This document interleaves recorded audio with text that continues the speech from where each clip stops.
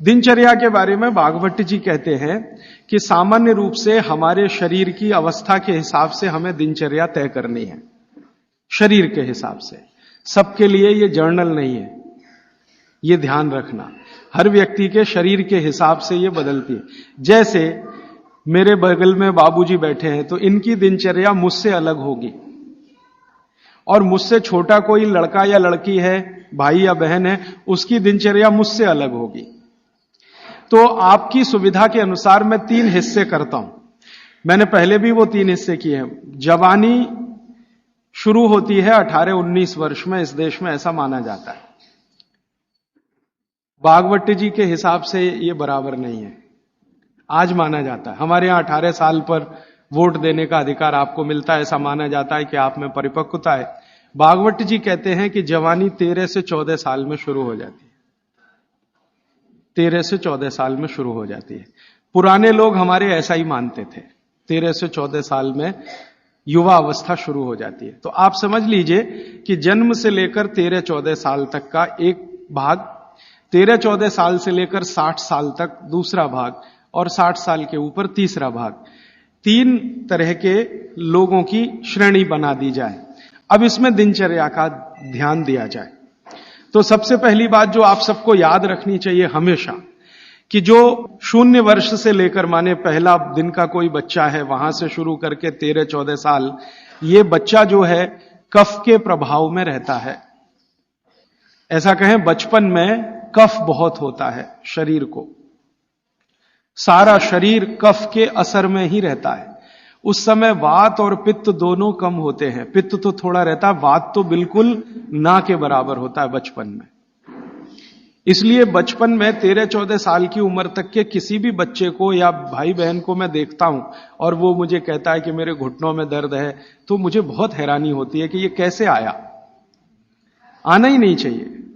भागवत जी कहते हैं कि प्रकृति ने एक व्यवस्था बनाई हुई है। वो व्यवस्था ये है कि बचपन जो आपका गुजरेगा वो कफ के असर में होगा, कफ ज्यादा होगा। जिनको कफ ज्यादा होगा उनको घुटनों का दर्द होना ही नहीं चाहिए, कमर का दर्द होना ही नहीं चाहिए, हड्डियों में दर्द होना ही नहीं चाहिए, उनके बाल गिरने ही नहीं चाहिए, बाल बढ़ने ही चाहिए, उनके शरीर में कभी भी थकान होनी ही नहीं चाहिए।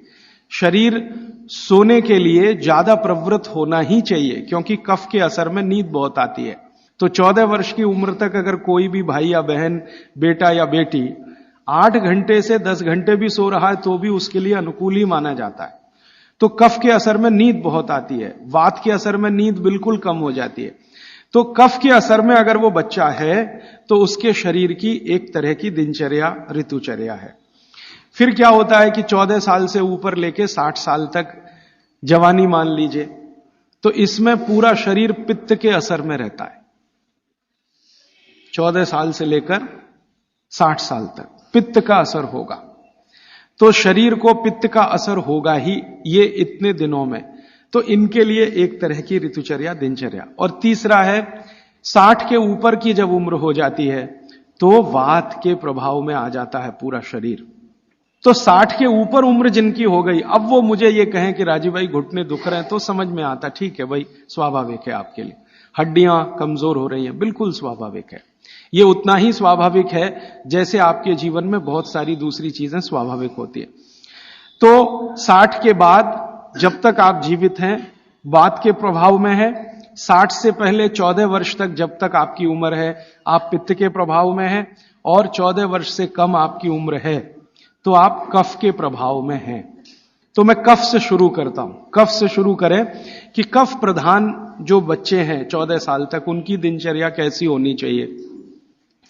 उनके लिए भागवत जी कहते हैं कि ये जो कफ के प्रभाव में बच्चे हैं, ये आज से मैं आपसे माफी मांगते हुए कह रहा हूं, कफ के प्रभाव के बच्चों को जितनी चाहें उतनी नींद लेने दीजिए। आप उनको टोका टाकी मत करिए। अक्सर मैंने देखा है मां बाप की जो टोका टाकी बच्चों के लिए, अरे इतनी देर सोता है, वो सोएगा ही क्योंकि कफ के असर में है। तो आप जबरदस्ती उसको मार के पीट के उठाएंगे, चल पढ़ने को बैठ, होमवर्क कर, टीचर ने इतना दे दिया। अरे वो होमवर्क करके करेगा क्या? अगर वो अपने कफ के असर में है वैसी उसकी दिनचर्या रखिए। तो भागवती जी कहते हैं कि जो कफ के असर में है उसको 10 घंटे तक की नींद स्वीकृत है, माने 10 घंटे तक वो 24 घंटे में सो सकता है। अब ये नींद वो 2 हिस्से में लेता है तो बहुत अच्छा, एक ही हिस्से में ले तो भी चलेगा, लेकिन ज्यादा बेहतर है कि 2 हिस्से में ले। माने रात को 8 घंटे तक सो जाए, 9 घंटे तक सो जाए, दोपहर को 1 घंटे जरूर सो जाए। लेकिन आप अगर कहेंगे कि कफ के असर में जो बच्चे हैं उनमें भी 3 कैटेगरी बनती है, 14 से 8 एक कैटेगरी, 14 साल से 8 साल, 8 साल से 4 साल एक कैटेगरी, और फिर 4 से 1 साल की कैटेगरी। तो 1 से 4 साल वाली कैटेगरी में भागवत जी कहते हैं कम से कम 16 घंटे की नींद, और 4 से 8 साल की कैटेगरी में वो कहते हैं कि कम से कम 12 से 14 घंटे की नींद, और बाद में वो कहते हैं जो 14 साल 8 से 14 तो वो कहते हैं कम से कम 8 से 9 घंटे की नींद। तो छोटे बच्चे अगर आपके घर में हैं जिनकी उम्र 14 साल से कम है, आप उनको सोने से मत रोकिए, क्योंकि कफ का असर है, और कफ का प्रभाव जब ज्यादा होता है ना तो होता क्या है वो समझ लीजिए। कफ आप जानते हैं चिकना पदार्थ है, स्निग्ध पदार्थ है। कफ का मतलब है आपको खांसी आए और जो बलगम निकल जाए, जो बलगम है ना वो ही कफ है, ऐसा समझ ली। वो स्निग्ध है, चिकना है और बहुत भारी है। ये गुरु है, गुरु माने भारी, हैवी है, बहुत हैवी है, इससे ज्यादा हैवी कोई चीज नहीं। तो स्निग्ध है, चिकना है, भारी है, गुरु है, और जो भारी चीज होती है वो शरीर के ब्लड प्रेशर को हमेशा बढ़ाती है, हमेशा बढ़ाती है। हर भारी चीज, हैवी चीज आप कहते हैं ना, कहते हैं कई बार चिकित्सक हल्का खाओ जी, ज्यादा भारी चीज मत खाओ। हर भारी चीज शरीर के ब्लड प्रेशर को बढ़ाती है, क्योंकि भारी चीज जाएगी तो उसका गुरुत्व ज्यादा है, गुरुत्व ये ज्यादा है तो वो बढ़ेगा। अगर ब्लड प्रेशर, तो आपके ब्लड प्रेशर को कंट्रोल रखने के लिए ज्यादा बढ़ गया तो तकलीफ आ जाएगी। तो बॉडी ने एक व्यवस्था बनाई, शरीर ने व्यवस्था बनाई कि आप ज्यादा नींद लो। ये नींद लेते समय ब्लड प्रेशर हमेशा कम रहता है। जितनी देर आप सोएंगे ब्लड प्रेशर या तो सामान्य होगा या सामान्य से कम होगा। जितनी देर आप जगे हुए हैं ब्लड प्रेशर सामान्य से थोड़ा ज्यादा होगा।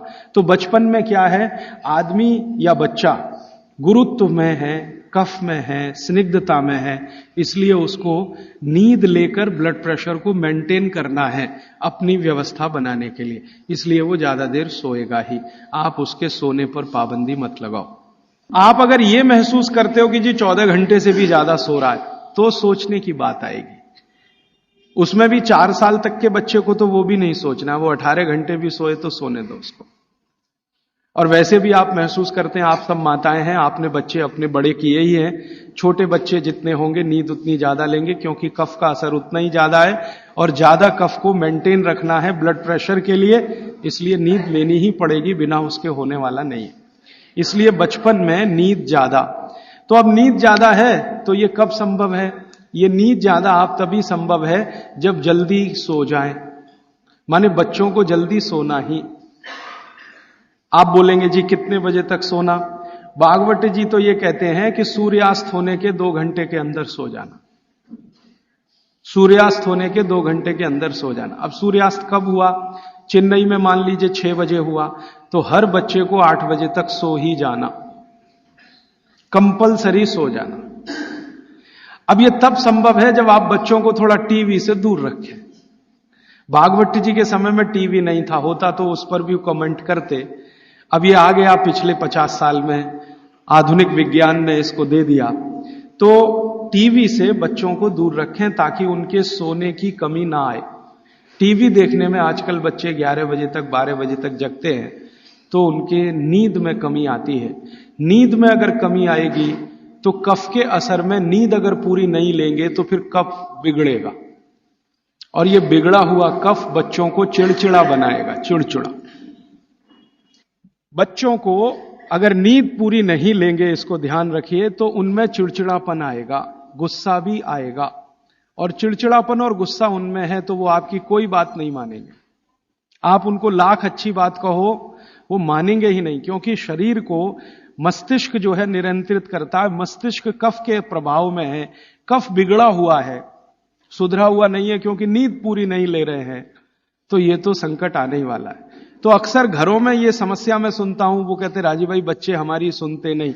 वो सुनेंगे तब तक नहीं जब तक नींद पूरी नहीं हो रही है। आप उनकी नींद पूरी होने दीजिए, 8 घंटे 9 घंटे की 10 घंटे की नींद पूरी, फिर देखिए वो कितने अच्छे से सुनते हैं।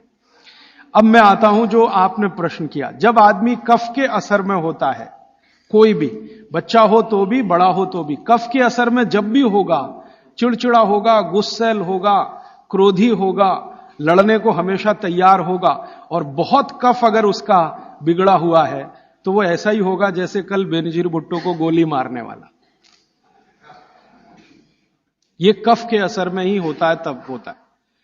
कोई भी कफ प्रकृति का व्यक्ति किसी को भी गोली मार सकता है अगर उसका कफ इतनी तीव्रता पर है, बिगड़ा हुआ। गोली मार सकता है, बम मार सकता है, किसी के खून को निकलते देख उसके कफ को शांति आती है, मन में उसके संतुलन आता है। तो कफ जो है ना बहुत अच्छी चीज है, लेकिन एक लिमिट के बाद जब ये बाहर जाता है तो दुनिया की सबसे खतरनाक चीज है। और दुनिया में जो अध्ययन हुए हैं, जो अभ्यास हुए हैं, कि जितने भी अपराधी प्रवृत्ति के लोग हैं दुनिया में, वो कफ के असर में ही सारे अपराध करते हैं। लेकिन कफ बिगड़ा हुआ है, और इसी कफ का असर है कि प्रेम भी बहुत पैदा होता है। बहुत प्रेम पैदा होगा इसी कफ के असर में। आप किसी छोटे बच्चे को देखते हैं ना, आपके दिल में अत्यंत प्रेम पैदा हो जाता है, वो कफ का असर है। कफ प्रेम भी पैदा करता है और कफ आदमी को जहरीला भी बना देता है। महत्व की बात है कि कफ जब तक नियंत्रण में है तो प्रेम भाव पैदा करेगा, सद्भाव पैदा करेगा, और जब ये बिगड़ गया, निकल गया बाहर, तो ये खतरनाक से खतरनाक चीजें बता देगा। अब मैं आपको बागवट की बात छोड़कर मेरी बात एक जोड़कर सुनाता हूं तो बहुत अच्छे से समझ में आए। आपने कई बार अखबारों में पढ़ा होगा, न्यूज़पेपर में, मैगजीन्स में पढ़ा होगा कि दुनिया में सबसे खराब बच्चे अमेरिका के हैं। सबसे खराब बच्चे दुनिया में, सबसे खराब। उनकी खराबी का कोई लिमिट नहीं है।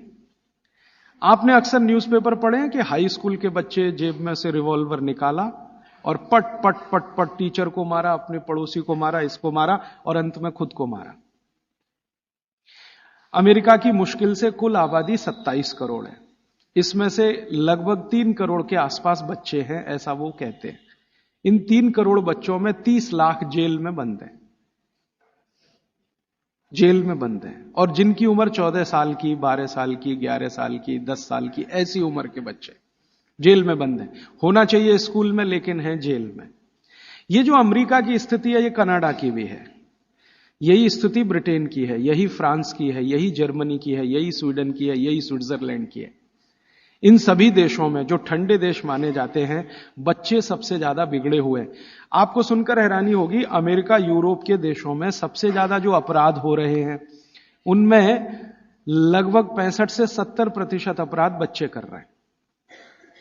वो चाहे बलात्कार के हों, चाहे छेड़खानी के हों, या गोली मारने के हों, या लूट मारी के हों, बच्चे कर रहे हैं। बच्चे जिनको हम 14 साल तक की उम्र का मानते हैं, वो कर रहे हैं। परिणाम क्या है?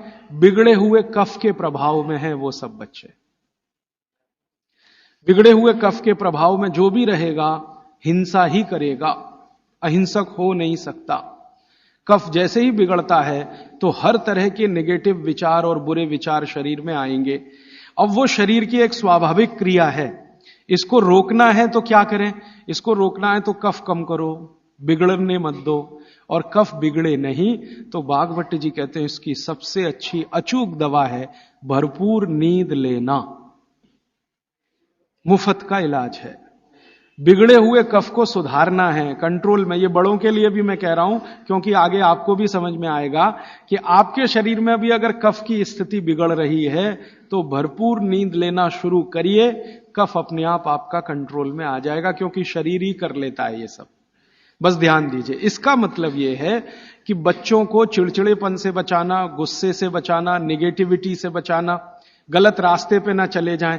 अब गलत रास्ता आप सब समझते हैं, जैसे हमारे प्रदीप भाई कह रहे थे कि आजकल बच्चे भाग रहे हैं घर छोड़कर बॉयफ्रेंड के साथ या गर्लफ्रेंड के साथ।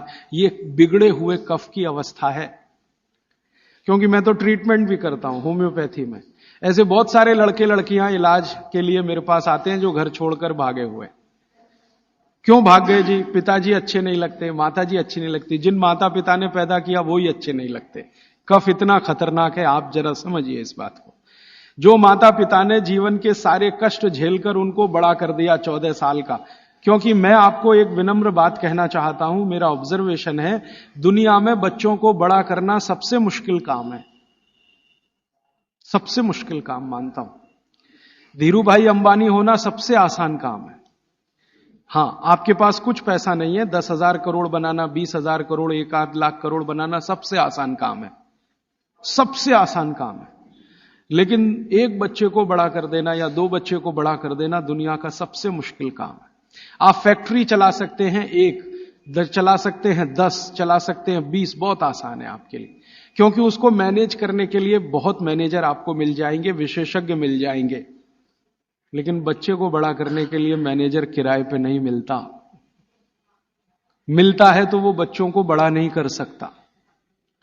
दुनिया में एक्सपेरिमेंट हुए हैं, परिवार के बाहर बच्चों को बड़ा करने के सबसे ज्यादा एक्सपेरिमेंट यूरोप में हुए हैं। कॉन्वेंट है ना, कॉन्वेंट, ये बच्चों को बड़ा करने के ही केंद्र हैं। ऐसे बच्चों को जो परिवार से बिछड़े हैं, छूटे हुए, लावारिस बच्चे, कॉन्वेंट स्कूल सब फेल हो गए अमेरिका और यूरोप में। वो बच्चों को सिखा नहीं पाए जो सिखाना चाहिए, और ज्यादा कॉन्वेंट के बच्चे ही वहां मर्डर कर रहे हैं, हिंसा कर रहे हैं, जेब काट रहे हैं। तो बच्चे को बड़ा करना मैं मानता हूं दुनिया का सबसे मुश्किल काम है। और आप जो भी अपने बच्चों को बड़ा कर रहे हैं, आप समझ लीजिए दुनिया का सबसे मुश्किल काम आप कर रहे हैं। तो इसमें छोटी सी बात याद रखिए कि ये बच्चे ठीक से बड़े हों, कफ का बिगाड़ इनको कहीं गलत रास्ते पर ना ले जाए। तो इसके लिए बहुत सरल उपाय है कि नींद उनको भरपूर लेने दीजिए। कई बार आप ऐसा मत करिए, बच्चों को कई बार ऐसा लगता है झपकी आ रही है, तो आप जबरदस्ती पढ़ने को मत बिठाइए। कुछ बच्चे ऐसे हैं जो मेज कुर्सी पे बैठते ही ऊंघने लगते हैं, तो उनसे कहिए कि देखो किताब बंद कर दो और जाके सो जाओ। वो 20-25 मिनट सो के आएंगे, पहले से ज्यादा फ्रेश होंगे, क्योंकि सो के उठते ही कफ का असर कम हो जाएगा। और कफ के असर में पढ़ाई नहीं होती, ये और बात एक ध्यान दीजिए, कफ के असर में पढ़ाई नहीं हो सकती। पढ़ाई अच्छी करनी है तो पित्त के असर में ही होती है। पित्त बढ़ना चाहिए, कफ कम होना चाहिए, तभी पढ़ाई अच्छी होगी। तो जब तक कफ बिगड़ा हुआ है, असर उसका भयंकर दुष्प्रभावी है। पढ़ने के लिए मत बोलिए उनको, कहिए सो जाओ। कफ बिगड़ा हुआ हो तो सबसे अच्छा उपाय है कहो सो जाओ। तो 20 मिनट सोएंगे, आधा घंटे, 1 घंटे या 2 घंटे सो जाएं, फिर कहो अब उठने दो, अपने आप से उठने दो। अब अपने आप से जब उठे तब उनका कफ पूरी तरह से शांत होगा, फिर जो भी पढ़ेंगे मगज में बैठेगा, दिमाग में बैठे। और एक छोटी सी बात, आप सवेरे सवेरे स्कूल जाने के लिए जो मार मार के उठाते हैं अपने बच्चों को, आप बहुत बड़ा अत्याचार कर रहे हो, बहुत बड़ा अत्याचार कर। कारण क्या है वो समझ लीजिए, समझ लीजिए। वो ये मैं ये कह रहा हूं कि आप करें जरूरी नहीं है, लेकिन समझ जरूर लीजिए, ताकि आपको करते समय ध्यान में रहे कि मैं ठीक कर रहा हूं या गलत। बच्चों को मार मार के सवेरे जब आप उठाते हैं तो बहुत बड़ा अत्याचार उनके ऊपर होता है। वो क्या होता है, सुबह का समय कफ का समय है, दिन के हिसाब से सुबह का समय कफ का समय है। उस समय उनको सबसे गहरी नींद आएगी, वो प्रकृति का नियम। और उसी समय मार पीट के आप उनको उठा के बाथरूम में करते, चल जल्दी से नहा, बस आ गई है, ऑटो रिक्शा आ गया है। अरे ये बस और ऑटो रिक्शा क्या करेंगे उसकी जिंदगी को। मैंने ही क्या कर लिया इतना सब पढ़ने के बाद, क्योंकि जो कुछ मैंने पढ़ा है वो मेरी जिंदगी के कभी काम नहीं आया। काम तो वो आ रहा है जो मैंने स्कूल में नहीं पढ़ा, कॉलेज में नहीं पढ़ा।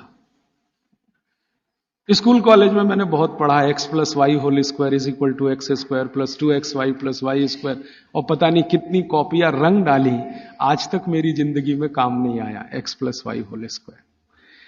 अब मेरे गणित के टीचर को मैं पूछता हूं क्यों पढ़ाया मास्टर जी आपने मुझे, तो कहते हैं क्या करूं यार, काम तो मेरे भी नहीं आया, मुझको किसी ने पढ़ाया तो मैंने तुमको पढ़ाया।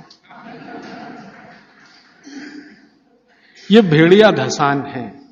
मैं आपको विनम्रतापूर्वक ये कहना चाहता हूं, कितने भी अच्छे स्कूल में आप बच्चों को पढ़ाइए, उनकी जिंदगी का 90 से 95% बेकार ही जाने वाला है। अब उसके लिए आप उनको मार पीट के उठा रहे हैं, जो कभी काम नहीं आएगा जिंदगी में। तो आप ये अत्याचार मत करिए। फिर आप कहेंगे जी स्कूल तो सुबह ही चलते हैं, तो स्कूल वालों को मिलकर समझाइए कि बच्चों के स्कूल का समय दोपहर को रखें। अब आप बोलेंगे जी वो कैसे समझेंगे? ऐसे समझेंगे, बच्चे तो आपके पढ़ रहे हैं ना, ये स्कूल के मास्टर जी के पढ़ रहे हैं, बच्चे आपके पढ़ रहे हैं, फीस आप दे रहे हैं। आप मिलकर कहेंगे तो स्कूल वालों को झक मार के सुनना ही पड़ेगा, क्योंकि स्कूल तो आपसे चल रहा है, आप स्कूल से नहीं चल रहे, स्कूल आपसे चल रहा है। आप लाखों रुपए उनको डोनेशन दे रहे हैं, करोड़ों रुपए फीस दे रहे हैं, तो उनको कहिए छोटे बच्चों के स्कूल कभी भी सवेरे नहीं होने चाहिए। 7 बजे से स्कूल चल रहा है, ये तो होना ही नहीं चाहिए। उनका स्कूल 11 बजे से 12 बजे से होना चाहिए। आप प्रयास करिए, सफलता मिले तो बहुत अच्छा, नहीं मिले तो अपना अलग स्कूल ही खड़ा कर दीजिए। हां, क्या मुश्किल है आप जैसे लोगों के लिए? आप सब यहां बैठे हुए लोग हैं, कोई करोड़पति से कम नहीं है, क्या मुश्किल है? एक स्कूल ऐसा शुरू कर दो जो बच्चों को सुबह नहीं पढ़ाएगा। जी हम आयुर्वेद के हिसाब से चलेंगे, हम बागवट के हिसाब से चलेंगे, हमारा बच्चों का स्कूल दोपहर को ही शुरू होगा। तो आप कोशिश करिए, कोशिश करने से दुनिया में सब कुछ होता है। जब से मैंने ये बातें मेरे मित्रों से शेयर की, हमारे कार्यकर्ता बहुत हैं देश भर में, करीब 18,000, उनसे जब शेयर की तो उन्होंने कई कई जगह प्रयास किए, कुछ में सफलता भी मिली। स्कूल वाले मान गए, समझ गए, बागवट के सूत्र उनको समझाए तो वो मान गए। हाँ, बच्चों को, क्योंकि स्कूल में पढ़ाने वाली भी टीचर है या टीचर है, उसके भी अपने बच्चे हैं, वो भी देख रही है, महसूस कर रही है कि सुबह तो सोने का ही उनका मन करता है, तो सुबह तो सोने के लिए ही है उनके लिए, क्योंकि सुबह कफ का असर होता है और बच्चे तो कफ के ही प्रभाव में हैं, तो डबल असर होगा, इसलिए सुबह उनको नींद अच्छी आएगी। सुबह नींद अच्छी आएगी तो उनको झकझोर के जगाइए मत। अब सुबह की नींद उनकी ठीक से आए, इसके लिए वो रात को जल्दी सोए, तो 8 बजे तक सोने के लिए नियम डाल दीजिए। 8 बजे के बाद आपके घर का टीवी बंद हो जाए तो वो भी नहीं देखेंगे, आप देखेंगे तो वो भी देखेंगे। बच्चे तो जो आप करते हैं वैसे ही सीख लेते हैं। तो आप 8 बजे के बाद टीवी को बंद करने का नियम डाल दीजिए। बच्चों में आदत पड़ गई नींद आने की 8 बजे, तो वो सोएंगे, भरपूर नींद लेंगे, सुबह 6 बजे तक उठेंगे, बहुत अच्छे से उठेंगे। फिर आप चाहें तो उनसे कोई भी काम करवा सकते हैं, उनके मन में ना चिड़चिड़ापन होगा, ना गुस्सा होगा, ना कोई नेगेटिव थॉट होगा, क्योंकि नींद जीवन में उतनी ही बड़ी चीज है जितना भोजन। तो भरपूर नींद लीजिए या लेने दीजिए, क्योंकि वो कफ के असर में है। तो बच्चों की दिनचर्या में आप ये ध्यान रखिए कि 8 से 10 घंटे सोना कंपलसरी, एक बात। दूसरा, बच्चे कफ के प्रभाव में है, ये मैं बार बार कहूंगा आपसे ताकि याद रहे। बच्चे कफ के प्रभाव में है, और कफ का प्रभाव क्षेत्र जो है ना, वो जान लीजिए, हृदय से ऊपर और मस्तिष्क का अंतिम बिंदु, ये कफ का क्षेत्र है। हृदय से ऊपर, यहां से ऊपर पूरा ये कफ का क्षेत्र है। हृदय से नीचे नाभि तक ये पित्त का क्षेत्र है, और नाभि से नीचे पूरा ये वात का क्षेत्र है। तो बच्चे कफ के असर में हैं, तो ध्यान रखिए कि उनको जितने रोग होंगे वो यहां से ऊपर वाले ही होंगे। बचपन के नाक बहेगी, सर्दी होगी, जुकाम होगा, खांसी आएगी, ये सब इसी एरिया के रोग हैं। तो भागवत जी कहते हैं कि बच्चों को कफ के असर से बाहर लाते रहें, बिगड़े नहीं उनका कफ। तो इसके लिए बच्चों की मालिश, उन्होंने एक शब्द, बहुत सुंदर शब्द दिया, अभ्यंग मालिश। मालिश बहुत जरूरी है, बच्चों की मालिश बहुत ही जरूरी है। तेल मालिश, बच्चों की तेल मालिश बहुत जरूरी है। वैसे तो सब माताएं करती ही हैं, अनजाने में वो एक बड़ा काम कर रही। कफ को कम करने की जो दूसरी चीज बताई है भागवत ने, एक तो मैंने बताया नींद, जो कफ की विकृति को कंट्रोल में लाती है। दूसरी चीज जो कफ को कंट्रोल करती है, नियंत्रित करती है, वो है मालिश, घिसाई, रगड़ाई, ये कफ को कंट्रोल करती है। नींद के बाद हो गई मालिश, तो बच्चों की मालिश अत्यंत जरूरी है। तो सुबह जब वो सोकर उठते हैं, शौच आदि से निवृत्त होकर आते हैं, तो उनकी मालिश होनी ही चाहिए। अब भागवत जी ने कहा है कि जो कफ के असर में है वो व्यायाम ना करे, वो प्राणायाम ना करे, योग आसन भी ना करे। ध्यान रखिए इस बात। भागवत जी कहते हैं कि कफ के असर वाले व्यक्ति को ना तो व्यायाम, ना तो आसन, ना तो प्राणायाम, उसके लिए है मालिश, रगड़ाई चाहिए उसको शरीर के। ठीक है? तो मेरी आपको विनती है कि बच्चों को व्यायाम करने के लिए प्रोत्साहित मत करिए। कई बार माता पिता टीवी का चैनल खोल के वो रामदेव जी का चल रहा है, चल तू भी कर, उसके लिए नहीं है ये। व्यायाम, योग, प्राणायाम उनके लिए सबसे उपयोगी है जो पित्त के प्रभाव में है। वात के प्रभाव वालों को बहुत मामूली, पित्त वालों को सबसे ज्यादा, कफ वालों को बिल्कुल नहीं। योग, प्राणायाम, आसन कफ वालों को बिल्कुल नहीं, वात वालों को थोड़ा, पित्त वालों को सबसे ज्यादा। यह है सूत्र भागवत जी। तो बच्चों को मत प्रेरित करिए कि तुम आसन करो, कि तुम प्राणायाम करो, कि तुम ऐसी एक्सरसाइज करो। उनके लिए तो कफ के असर में है, तो ये एक्सरसाइज जितनी कम हो उतना अच्छा। मालिश करिए उनकी, भरपूर मालिश करिए। अब तीसरी बात, तीसरा सूत्र, बच्चों की मालिश कहां करें जी? पूरे शरीर में करें, पूरे शरीर में करिए। लेकिन भागवत जी कहते हैं कि कफ का असर कहां है? मैंने आपको थोड़ी देर पहले कहा, छाती से लेके ऊपर तक। तो ये जो इतना हिस्सा है इसकी मालिश ज्यादा करिए ताकि कफ थोड़ा शांत रहे। तो सीधे से बात अब मैं समझाता हूं, बच्चों के सिर की मालिश सबसे ज्यादा करिए। सिर, ये ऊपर का हिस्सा, धीरे धीरे धीरे धीरे तेल लगा के सिर की मालिश सबसे ज्यादा करिए। तो मालिश किससे करेंगे? तेल से। तेल जो है कफ नाशक है, तेल जो है ना कफ नाशक है। तो सिर की मालिश करेंगे, छोटे छोटे छिद्र हैं, तेल इससे अंदर जाएगा, कफ को सामान्य रखेगा। तो कफ के प्रभाव में बिगड़ेंगे नहीं बच्चे, माने गुस्सा नहीं करेंगे, चिड़चिड़े नहीं होंगे, निगेटिव नहीं होंगे, जिंदगी में गलत काम नहीं करेंगे। तो बच्चों के सिर की मालिश बहुत जरूरी है, सिर की मालिश। दूसरा, वो कहते हैं कि कफ का जो दूसरा बड़ा स्थान है, एक तो सिर हुआ, दूसरे है कान। ये कान है ना, ये कफ के स्थान है। तो बच्चों के कान की मालिश रोज होनी चाहिए, जरूर होनी चाहिए। कान की मालिश कैसे करें? बस तेल लगाइए, हाथ में ऐसे ऐसे घुमाइए, फिर उल्टा घुमा दीजिए, फिर ऐसे घुमा दीजिए, और थोड़ा तेल कान में डाल के रखिए उनको, क्योंकि कफ का स्थान है कान। तेल डालते ही कफ शांत होगा। तो हमारी पुराने जमाने की जो माताएं हैं वो रोज बच्चों को कान में तेल डालती थी, वो अनजाने में बहुत बड़ा वैज्ञानिक काम करती थी। देखा ना पुराने जमाने की माताओं को। आज के जमाने की माताएं तो कहती चिपचिपा है तेल, तेल चिपचिपा है तभी तेल है, नहीं तो उसमें कुछ है ही नहीं। तो पुराने जमाने की माताएं बच्चों को बराबर कान में तेल डाल के रखती थी। तो बच्चों के कान में नियमित रूप से तेल डालिए। फिर आप बोलेंगे जी कौन सा तेल? तो इसमें भागवत जी सूत्र दे रहे हैं कि आप जहां रह रहे हैं उसके हिसाब का तेल। आप चेन्नई में रह रहे हैं, चेन्नई भारत के गर्म इलाकों में है, गर्म इलाकों में ठंडा तेल अच्छा, तो सबसे ठंडा तेल नारियल का तेल है। तो चेन्नई में रहने वालों को नारियल के तेल की मालिश, नारियल का तेल ही खाना। अब आप बिहार में जाएंगे और मैं वहां कर आकर आपको कहूंगा, तो कहूंगा जी आप नारियल का तेल बिल्कुल मत खाओ, मालिश भी मत करो। मैं कहूंगा सरसों का तेल खाओ, उसी से मालिश करो। और जो आप और उधर चले गए हरियाणा पंजाब की तरफ, तो मैं ही आकर आपसे कहूंगा जी आप ये छोड़ो, आप तो जैतून का तेल इस्तेमाल करो या तिल का तेल इस्तेमाल, एरिया के हिसाब से। तो मैं आपके हिसाब से बात कर रहा हूं कि आप नारियल के तेल की मालिश भी कर सकते हैं, उसको भोजन में भी उपयोग कर सकते हैं। बच्चों की नियमित मालिश सिर की, कान की होती रहनी चाहिए। और तीसरी चीज, आंखें। आंखें जो है ना कफ का ही केंद्र है।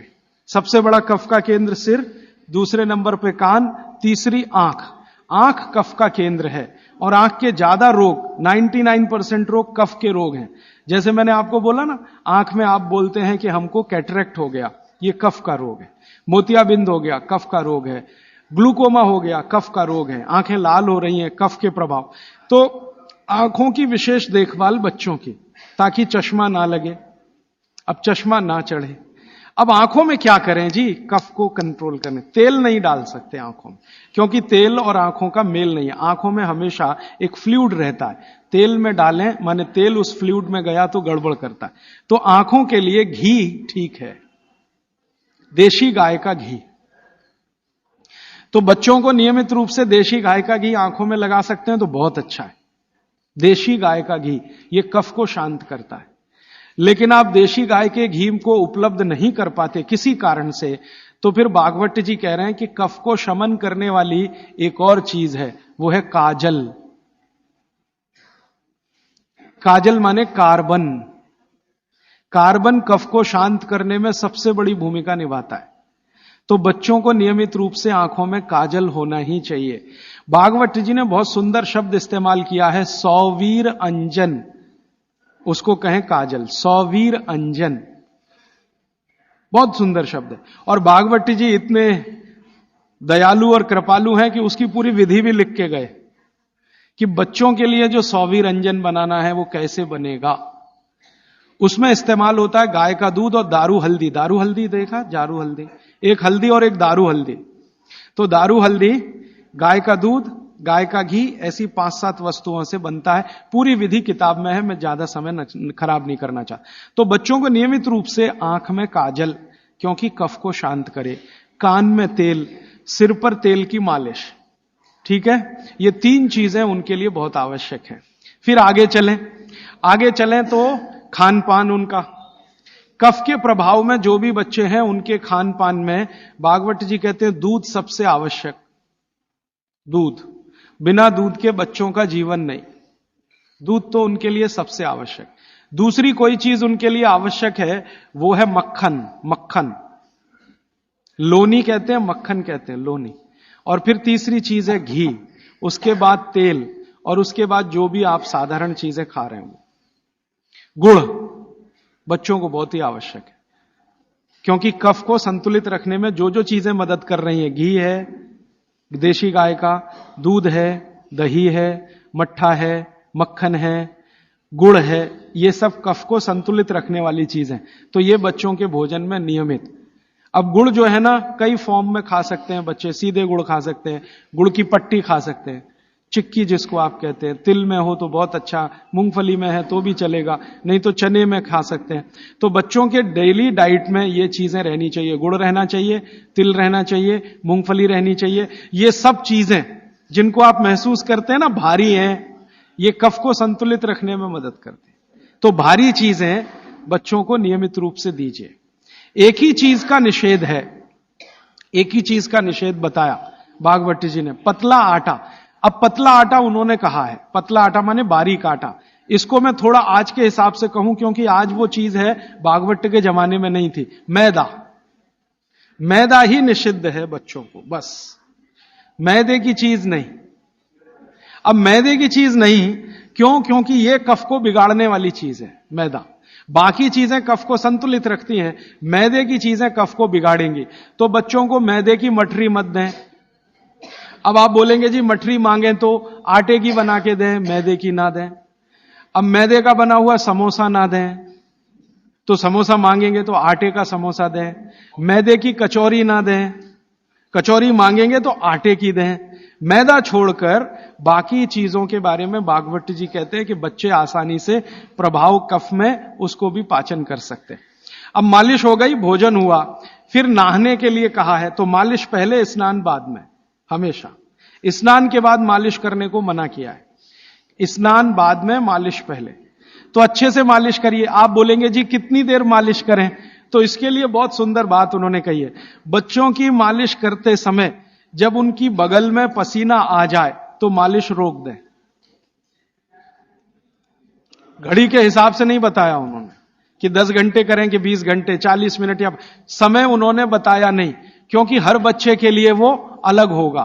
तो उन्होंने इतनी सुंदर ऑब्जर्वेशन दिया कि जब आप मालिश कर रहे हैं, बच्चे की बगल में पसीना आ गया तो मालिश बंद करें, बगल में पसीना आते ही। और वो ये कहते हैं कि कुछ बच्चे ऐसे हो सकते हैं जिनको बगल का पसीना जल्दी ना आए, तो हो सकता है उनके माथे पे पसीना आ जाए, तो मालिश रोक दें। ठीक है, तो मालिश के बाद स्नान।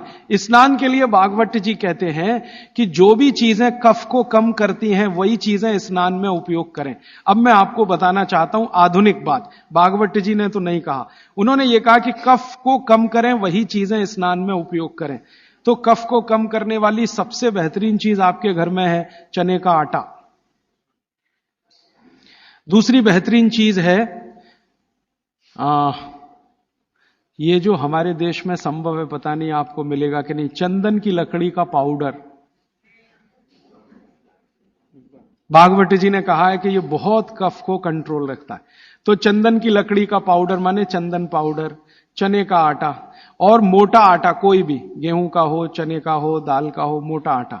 फिर कहते हैं मसूर की दाल का आटा, फिर वो कहते हैं मूंग की दाल का आटा। ये सब कफ को कम करने वाली चीज है। तो कहते हैं बच्चों का स्नान इन्हीं से कराएं ताकि कफ कम रहे। मतलब सी बात है, साबुन ना लगाएं, क्योंकि ये जो साबुन है ना, ये केमिकल है। केमिकल माने सोडियम हाइड्रोक्साइड, सोडियम हाइड्रोक्साइड माने कास्टिक सोडा। ये कास्टिक सोडा तो कफ को भड़काने वाली चीज है। इसलिए बच्चों को साबुन गलती से भी ना लगाएं। उनको चने के आटे से नहलाएं, मुल्तानी मिट्टी से नहलाएं, चंदन पाउडर से नहलाएं, क्योंकि कफ को कम करने वाली ये सब चीजें हैं। इन चीजों से ही स्नान कराएं। उपटन बना के रखें घर में, उपटन से स्नान कराएं। बच्चों को साबुन गलती से भी नहीं। और साबुन जो गलती से आप लगा रहे हैं और आंख में गया तो सर्वनाश कर सकता है आंख का, क्योंकि आंख कफ के प्रभाव में है और साबुन बहुत तीखा होता है। वो पित्त और वात के प्रभाव की चीजें हैं। तो दुश्मन मिल गए दो एक साथ, साबुन और आंखों का जल, तो तकलीफ करेगा। वैसे भी बच्चे बहुत रोते हैं साबुन आंख में लगे। तो आजकल टीवी में एक विज्ञापन आने लगा, बिना आंसू निकालने वाला साबुन दुनिया में हो ही नहीं सकता। ये मूर्ख बनाने के तरीके हैं आपको। कोई भी साबुन आंसू ना निकाले, ये हो ही नहीं सकता, क्योंकि साबुन है ही पित्त और वात का और आंखें हैं कफ की। लगेगा तो आंखों से आंसू निकलेंगे ही। हां, एक ही समय में हो सकता है कि साबुन में कास्टिक सोडा सबसे कम हो, ग्लिसरीन और तेल सबसे ज्यादा हो। तो ग्लिसरीन और तेल अगर सबसे ज्यादा है तो उपटन में ही तेल मिला के नहला देना। साबुन क्यों खरीद के ला रहे हैं? 35 रुपए का आता है Johnson and Johnson baby soap, 350 रुपए किलो। 35 रुपए का 100 ग्राम, 350 रुपए किलो। काजू से महंगा है, काजू 200 रुपए किलो, साबुन 350 रुपए किलो। बादाम से महंगा है, बादाम 300 रुपए किलो, साबुन 350 रुपए किलो। और नहा के जाएगा कहां? पानी में ही जाएगा ना। 350 रुपए किलो की चीज पानी में बाहर है। उससे अच्छा काजू खिला दें उनको, बादाम खिला दें। तो नहाने के लिए उपटन जो बहुत सस्ता पड़ता है, और क्वालिटी उसकी कैसे चेक करें कि कफ को नाश करता है, कफ को शमित रखता है, कफ को शांत रखता है। इसलिए उपटन का स्नान बच्चों को जरूरी। आगे बढ़ें। बच्चों का स्नान होने के बाद उनके खान पान का मैंने बता दिया। ऐसी चीजें उनको नियमित खिलानी है जो कफ को कम करती है। मैंने 3-4 चीजों के नाम लिए। दूध है, दही है, मट्ठा है, हर मोटा अनाज माने बाजरी है, जवारी है, ये सब कफ को शांत रखने वाली चीजें हैं। गाय का घी है ना, मक्खन और घी, मक्खन ज्यादा अच्छा है बच्चों को बनिस्बत घी के, क्योंकि मक्खन कफ को शांत रखने में मदद करता है। तो मक्खन ज्यादा से ज्यादा उनके भोजन में रहे, और बाकी सब चीजें दाल चावल जो भी आप खाते हैं अच्छा। फिर उसके बाद शाम के समय 3-4 बजे के आसपास क्या होता है, उनका पित्त थोड़ा बढ़ेगा। 12 से 4 के बीच में पित्त बढ़ता है। 12 बजे तक कफ के असर में है, 12 से 4 के बीच में पित्त बढ़ेगा। तो उस समय ऐसी चीजें खिलाएं जो घी की बनी हुई हैं, घी की बनी हुई चीज। और रात को ये बच्चे थोड़ा वात के असर में आते हैं। कफ तो सबसे ज्यादा है, लेकिन रात को वात के, तो वात को कम करने वाली चीजें रात को उनको दें। और वो मैं पहले दिन भी काफी बता चुका हूं। तो ये हो गया बच्चों की दिनचर्या। 7 बजे सोने के लिए का माहौल बनाने के लिए तैयारी करें। 7 बजे तक माहौल बने सोने का, तो 8 बजे सोएंगे। और माहौल बनाने में सबसे बड़ी मदद करेगा टीवी का स्विच ऑफ। मेरी तो आपको विनती है कि घर के छोटे बच्चे हैं ना, तब तक केबल कनेक्शन ना लें। छोटे बच्चे जब थोड़े समझदार हो गए हैं तो चलो चलेगा, क्योंकि समझदार होने से मतलब उनको मालूम होना चाहिए कि कहां स्विच ऑफ करना है। तो उस समय थोड़ा चल जाएगा। लेकिन बच्चे जब तक छोटे हैं, साल भर के, 1.5 साल के, 2 साल के, 2.5 साल के, तब तक तो केबल कनेक्शन ऑफ रखें, या केबल कनेक्शन है तो टीवी ऑफ रखें, चले नहीं उनके सामने। नहीं तो वो चालू हो जाएंगे, पोगो देखेंगे, पोगो। हां, कार्टून फिल्म देखेंगे। क्यों देखेंगे जान लीजिए। कफ के असर में जो बच्चा होता है, इसको समझाना चाहता हूं मैं। कफ के असर में जब बच्चा होता है तो उसकी कल्पनाशीलता सबसे ऊंची होगी। मैंने थोड़ी देर पहले कहा ना, ये कफ है जो सम में रहे तो व्यक्ति को बहुत कल्पनाशील बनाएगा। इतना कल्पनाशील और वैज्ञानिक बनाएगा, सोच नहीं सकते। बिगड़ेगा तो सबसे बड़ा अपराधी भी बनाएगा उसको। तो बच्चों की कल्पनाशीलता बहुत होती है, क्योंकि वो कफ के असर में है। इसलिए हर ऐसी चीज जो उन्हें सोचने में मदद करती है, उनको अच्छी लगती है। आपने एक कहानी सुनाई, बच्चे कहानी सुनते हैं ना बड़े मजे से, क्यों सुनते हैं? वो उनकी कल्पनाशीलता में मदद करती है कहानी। आपने कहा एक राजा था, अब इतना कहते ही उनका चालू हो गया दिमाग। आप आगे का वाक्य बोलेंगे उसके पहले वो कल्पना कर लेंगे राजा कैसा है, सिंहासन पर बैठा है कि जमीन पे बैठा है, बगल में रानी है कि नहीं है, सामने वजीर है कि नहीं है, मंत्री है कि, ये तो आपके बोलने से पहले उनके दिमाग में घूम गई पूरी फिल्म। एक राजा था, फिर कहेंगे आगे बताओ, तो आप कहेंगे एक रानी थी, अब रानी के बारे में सब बातें उनके दिमाग में आ गई। फिर आप कहेंगे क्या हुआ, तो दोनों मर गए, खत्म कहानी। अब आप कहेंगे तो उनको बिल्कुल अच्छा नहीं लगेगा। हम लोग बच्चों को टालने के लिए कहते हैं एक राजा था, एक रानी थी, दोनों मर गए, खत्म कहानी। उनको बिल्कुल अच्छा नहीं लगेगा, क्योंकि जिस समय कल्पना उनकी चलना शुरू हुई, आपने कहानी खत्म कर दी।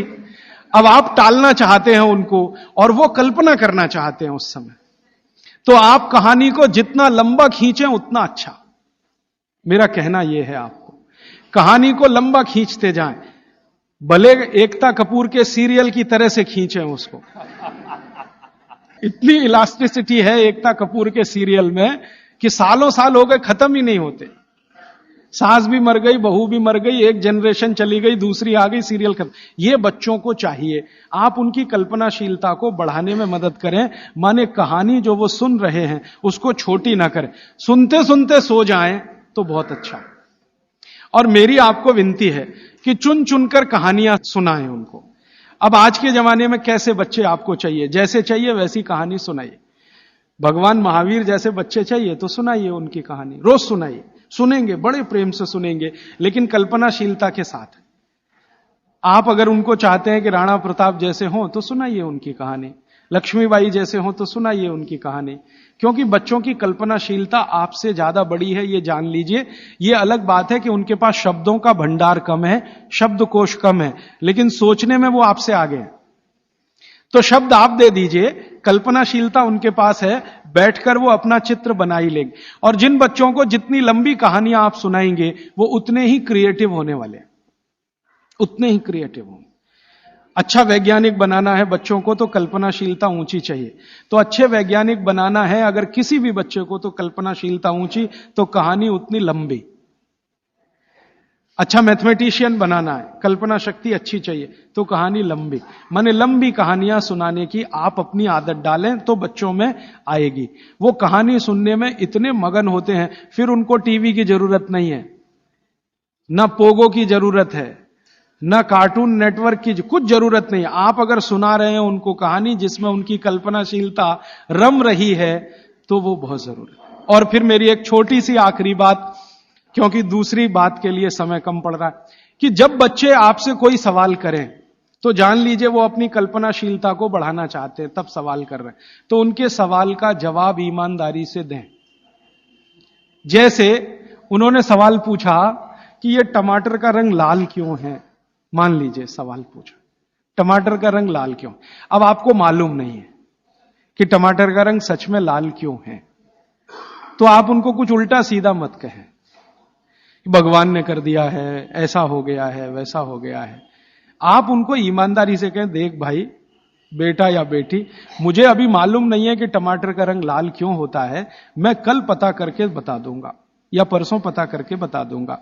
बच्चे जब सवाल पूछ रहे हैं तो उनकी कल्पनाशीलता की पूर्ति के लिए पूछ रहे हैं, आप उनको कभी भी गलत जवाब तो दीजिए ही मत। वो कह रहे हैं जी ये चंद्रमा क्यों चमक रहा है सफेद सफेद, और तारे क्यों चमक रहे हैं, और सूरज लाल क्यों दिख रहा है या पीला क्यों दिख रहा है, या ये पत्ते हरे क्यों हैं, ये पीले हो जाते हैं तो ये हरे से पीले कैसे हो गए। ऐसे सवाल वो पूछेंगे, उनके उत्तर पूरी ईमानदारी से दीजिए। तो इसका माने आपको पढ़ना ही पड़ेगा, बिना पढ़े आप उत्तर दे नहीं सकते। और जो आपने कोशिश की उल्टा सीधा, तो थोड़े दिन में जब उनको सच्चाई पता चलेगी तो आपका आदर वो बिल्कुल नहीं करेंगे। उनके गुरुजी ने बता दिया कि ये पत्ता हरा इसलिए था और टमाटर लाल इसलिए हो गया और चंद्रमा इसलिए चमकता है, सूरज इसलिए पीला दिखाई देता है। जैसे ही उनको पता चलेगा तो आपकी इज्जत तो 2 कौड़ी की हो गई उनके सामने। वो आपको कहेंगे जी आपने गलत बताया, मेरी टीचर ऐसा बोलती है। तो आपसे हटकर वो टीचर की तरफ चला गया, और टीचर की तरफ गया तो समझ लो बच्चा आपके हाथ से ही गया। जैसे जैसे उसका आकर्षण टीचर के प्रति बढ़ता जाएगा, वो आपके कंट्रोल के बिल्कुल, फिर टीचर जो कहेगी उसको पत्थर की लकीर मानेगा, आप जो कहोगे उस पर कभी भी भरोसा नहीं करेगा। इसलिए मैंने थोड़ी देर पहले कहा, बच्चों को बड़ा करना दुनिया का सबसे मुश्किल काम। तो आप बच्चों के साथ व्यवहार वैसा ही करें जैसा प्रकृति ने उनको स्वभाव दिया है। कफ का स्वभाव माने कल्पनाशीलता वाला स्वभाव। कफ का स्वभाव माने इमेजिनेशन, लिमिटलेस इमेजिनेशन। वो सीमा के पार जाके बात करते। आप देखते हैं ना, दुनिया के सारे बच्चे परेशान है हैरी पॉटर पढ़ने के लिए, है ना? और आप और मैं सवाल करते हैं, जी हैरी पॉटर में रखा क्या है? कुछ नहीं है, उसमें तिलिस्म है, जादुई तिलिस्म है, वो सच्चा नहीं है, लेकिन उनकी कल्पनाशीलता में उनको बहुत आनंद दे रहा है, इसलिए करोड़ों किताबें बिक रही हैं हैरी पॉटर। आप पसंद करें या ना करें, क्योंकि बच्चे कफ के असर में हैं, कल्पनाशीलता उस समय सबसे ज्यादा है। तो जादुई बातें, तिलिस्मी बातें, जादूगर की बातें, ये सब उनको अच्छी इसलिए लगती हैं कि कल्पनाशीलता बढ़ाने में ये सब मदद करती है। ये जासूसी उपन्यास जितने हैं ना, बच्चे बहुत प्रेम से पढ़ते हैं, चाहे वो अमेरिका में हो या हिंदुस्तान में। बस अंतर है, अमेरिका में अंग्रेजी में पढ़ेंगे, हिंदुस्तान में हिंदी में जरूर पढ़ेंगे। चंदा मामा, एक पत्रिका आती है बच्चों की, चंदा मामा या नंदन, चुन चुन के ऐसी कहानियां हैं उसमें जो उनकी कल्पनाशीलता बढ़ाती हैं। तो वो लड़ेंगे आपसे, चंदा मामा चाहिए, नहीं तो ये किताब चाहिए, अमर चित्रकथा चाहिए, ये चाहिए, ये चाहिए। अब आपके ऊपर है कि आप उनकी कल्पनाशीलता कितनी बढ़ा सकते हैं। 14 साल तक विशेष ध्यान रखें बच्चों का, जब तक वो कफ के असर में।